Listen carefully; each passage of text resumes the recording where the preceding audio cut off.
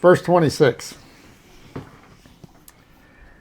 Then Abimelech came to him from Gerar with Ahuz. You want to say that one? Who's that? That's just weird. And one of his friends, Fichel, the commander of his army. And Isaac said to them, "Why have you come to me, since you hate me and have sent me away from you?" But they said, "We have certainly seen that the Lord is with you." So we said, "Let there be an oath between us, between you and us, and let us make a covenant with you, that you will do us no harm, since we have not touched you, and since we have done nothing to you but good, and have sent you away in peace. You are now the blessed of the Lord." I'll tell you what. Since we've done nothing to you, except filling your wells and then stealing back after you dig them out. Yeah. Okay. So he made them a feast, and they ate and drank. Then they arose early in the morning and swore an oath with one another. And Isaac sent them away, and they departed from him in peace. It came to pass the same day that Isaac's servants came and told him about the well which they had dug, and said to him, "We have found water." So he called to Sheba. Therefore the name of the city is Beersheba to this day. I know I stopped in mid. Are you really serious that we've done no wrong to you? We filled in your wells. Who cares? No big deal. You dug them back out. We're good to go. Again, it's The mentality. the mentality and the parallels to modern economic and political environment in the U.S. is staggering. All around the world, really. Mm-hmm. It's just staggering because we have done nothing wrong. But like you pointed out, we dug up your wells. We chased you out of town. Like New York City has lost billions of dollars of revenue because businesses have left, because billionaires have left, because they can. If you tell me that you're going to charge me 50% of my earnings, how is that fair? Mm-hmm. I don't care how rich or poor anyone is. It's not fair. I'm going to work 2 days. One day I'm going to give it to you. One day I'm going to get to keep for myself. That's slavery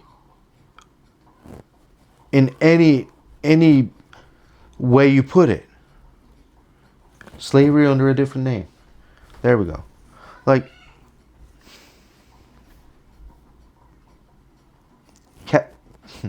California. Oh, wow, they're losing them by the hundreds.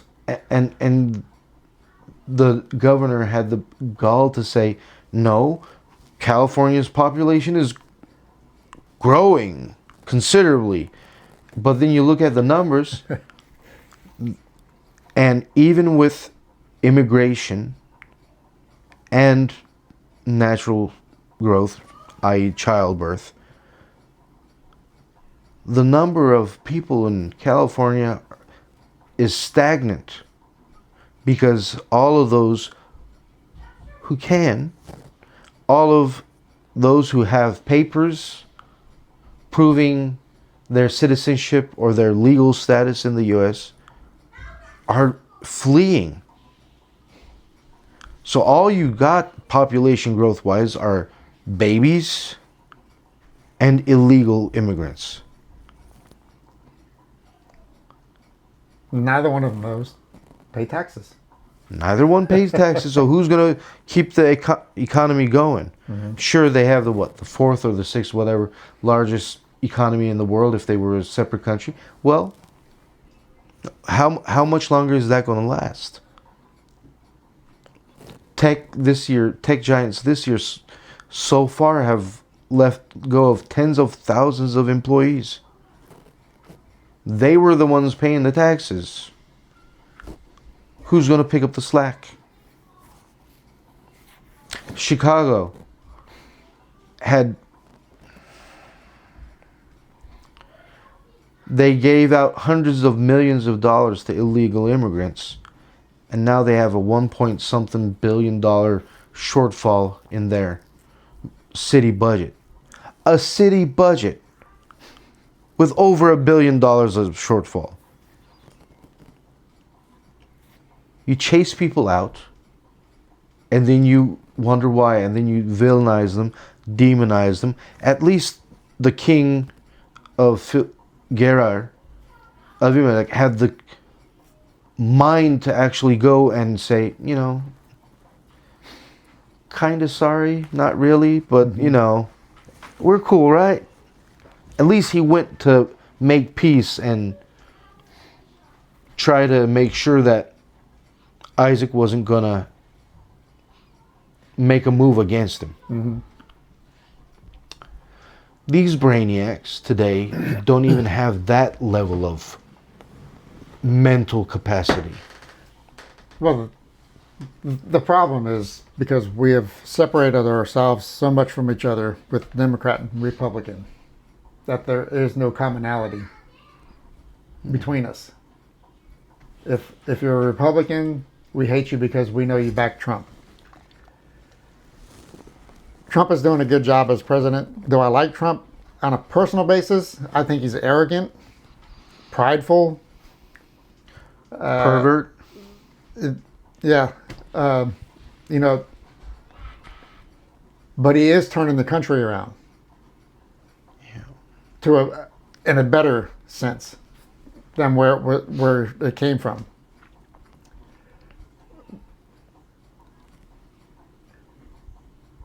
Well, I know he's wanting to push to go for another term. Not going to happen. Not going to happen. But I wonder what's going to happen to this country on the next election. Yeah. Because if you look at it, I bet people from other countries look at us and say, America's starting to do better. And if you would have asked them that in the Biden time, they probably would have said, we're doing better.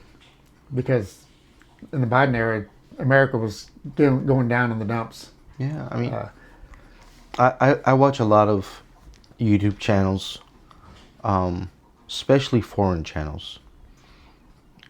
New Zealand, Australia, British, Israeli, Turkish, and they were all making fun of Biden. Heck, the Australians, they're making fun of him till this day. They have not let it up at all. Mm-hmm. But everybody has nothing to say other than good things about Trump. And like you pointed out, he has his flaws as a person. And like I pointed out, one of them is he's, a promiscuous man. He has his sexual sins that he's committed in the past that we know of, and but who hasn't sinned? And I'm not justifying his sin because, no. If you go back and look at King David, yeah, murder and adultery right on the same day. Well, not same day, but you know what I'm saying. If it's getting to this political part, if it's a Republican and if he filled a glass of water the wrong way, they're going to put him down for it. Oh yeah. But if it's a Democrat and he fills the glass with water and it overflows for a few months and wastes all the water, well, it's because of Trump. Yeah, and foreign channels are praising Trump for what he's doing and making fun of Democrats for their obstructionist attempts. And how do we get on this? I don't know. That's talking about Avimelech and what he's doing now to bridge the gap between him and Isaac now, mm-hmm. and make peace with him, right? at least he had the common decency and